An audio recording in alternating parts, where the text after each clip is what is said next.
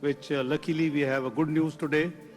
Pakistan has been working right from day one, 28th of February, to make efforts for de-escalation, telling and counseling all friends for de-escalation, moving towards dialogue and diplomacy, the peaceful way of resolving the issues. And we believe in multilateralism. So, thanks God that things are working. There has been ceasefire. First 6 days, then 10 days, now the 15 days ceasefire. It would end 21st of April. And we are, making a full effort. We had 10th and 11th of April in Pakistan. 21 hours non-stop, long parleys between the US and the Iran. And both countries, actually, it's the first time after 47 years, they agreed to have direct dialogue on the condition that Pakistan should be part of it. So it's like trilateral dialogue, but the serious business was between two of them. We were only facilitator and mediators. So we were very close to stitching a deal, but because of the timeline, the delegations had to go back and on 11th. So we are hoping and still working in the background that we should, bridge the gap of certain couple of things which are pending. And one of major issue was also Lebanon. Lebanon, we have good news that there is a ceasefire. And the latest good news, which we got in Antalya this morning, we had some sense last night that Iran has announced, unconditional free flow of, ships across Hormuz in and out. So I think this is a very good omen. And, the crisis has taken a huge, dent on the supply chain of energy. The prices have skyrocketed. The developing countries have suffered a lot. And common man, has been hit. The inflation was skyrocketing and it went, very high prices. And the premium particularly on plats, the premium which was used to be $5, $6 on diesel, for example, shot up right up to $200 premium. So you see all these things would lead to the recession, global recession. GDP is expected to be hit by 25 to 30% already of the current year. So this is something Pakistan has been trying very hard, and we are very hopeful that the rest of the process, as I said, that there's only a couple of areas which need to be agreed upon by both parties. So we are still haven't given up the hope and working hard to stitch it, because it will be the benefit for the world at large. So, what are the barriers to that trade volume increasing, and what can be done to combat those barriers? These barriers can be overcome. It needs a collective effort. Connectivity, as I explained earlier, is the name of the game. But connectivity without trust and removal of mistrust won't be possible. For example, we have a great effort in 2010s, create China-Pakistan Economic Corridor. It's working very well. But then we made China to agree that it should be expanded to Afghanistan. Likewise, we started in 2022-23 Uzbekistan, Afghanistan, Pakistan railway connectivity. Because once this is done, the entire Central Asian states are connected to South Asia, and the Central Asian states are already connected to China and the Europe. So we had a great agreement in July last year. I made a visit in April. You see, the barriers can only be removed with sincere efforts. Railways and roads alone will not improve the connectivity. We have to be sincere with each other, and as I said, professionally, we have to do the professional work to see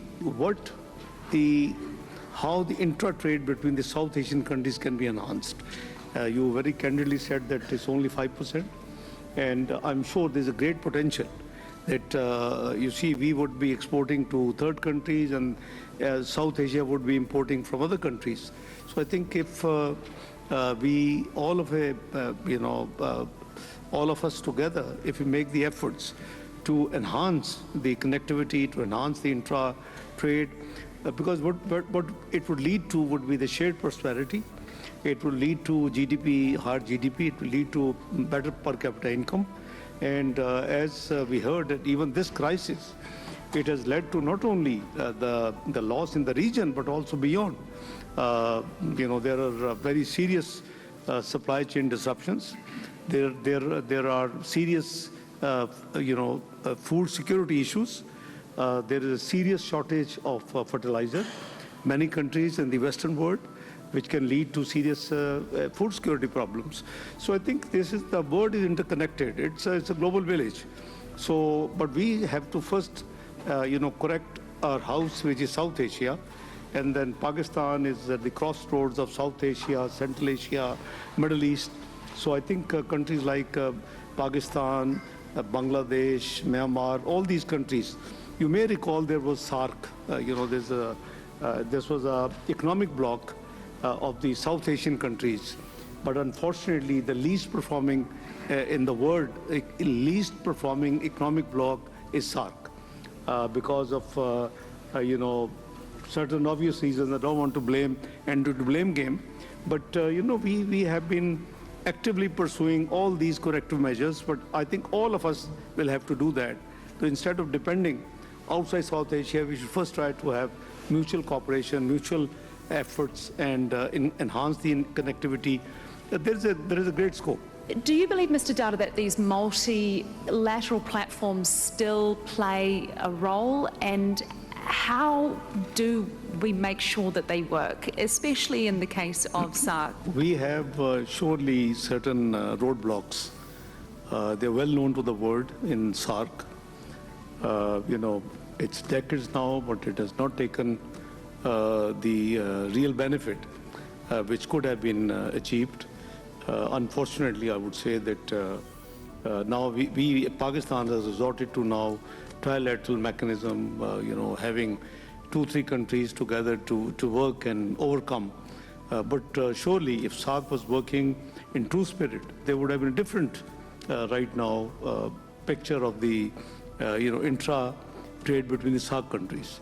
You see, there is a fundamental issue also in South Asia, and that is actually required not only for regional peace, but also a global peace.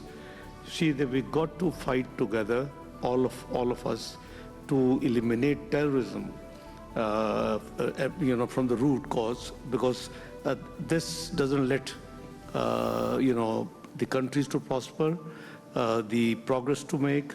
And there are, countries who have suffered a lot.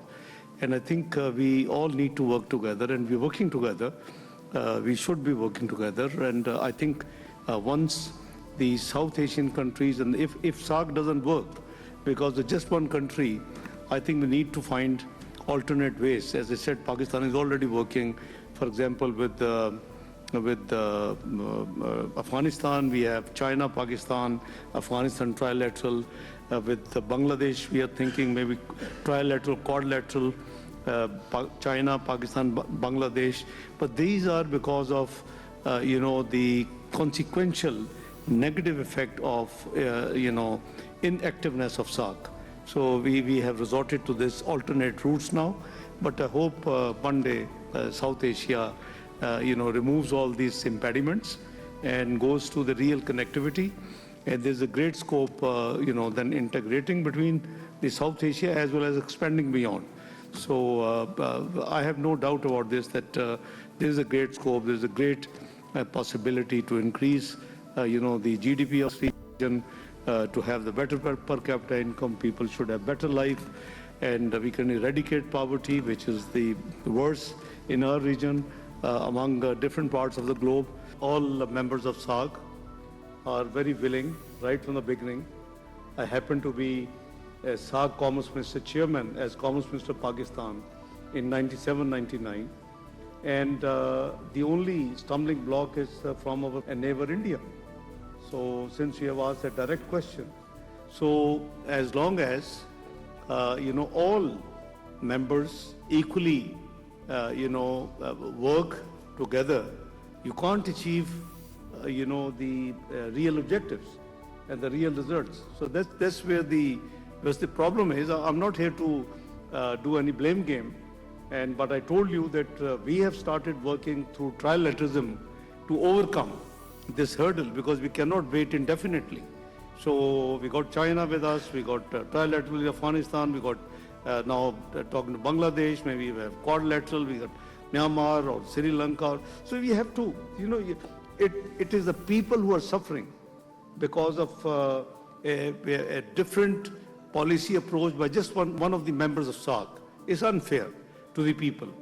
If there are any serious issues, can be resolved. I think multilateralism is the forum which actually becoming weaker and weaker. And Pakistan believes in multilateralism. Last year we had the presidency of UN Security Council. I chaired myself on behalf of Pakistan, and our topic was multilateralism, peaceful settlement of disputes. I think unless we strengthen the multilateralism, whatever disputes are, be it Jammu and Kashmir, be it Palestine, be it Gaza, these problems have to be solved through dialogue and diplomacy, as Brother Azizi said, under the multilateral system. And, we should not let it go weaken. It has been weakening since our membership of the UN Security Council continues till 31st of December this year. We are making all efforts to go into introduce reforms in the UN itself. So I think it's a mutual cooperation. It's beneficial for the people of this country, regardless of who is who. So I think we believe in equal dignity, respect, sovereignty, and territorial integrity.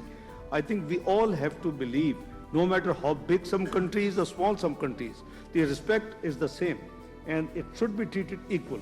So Pakistan is always willing to enter into dialogue, to work wherever there are any issue. But I think it's very unfortunate that SAARC, our people of this region, particularly SAARC countries, could not benefit for decades, which could have been, a big economic bloc by now. So let's hope for the best.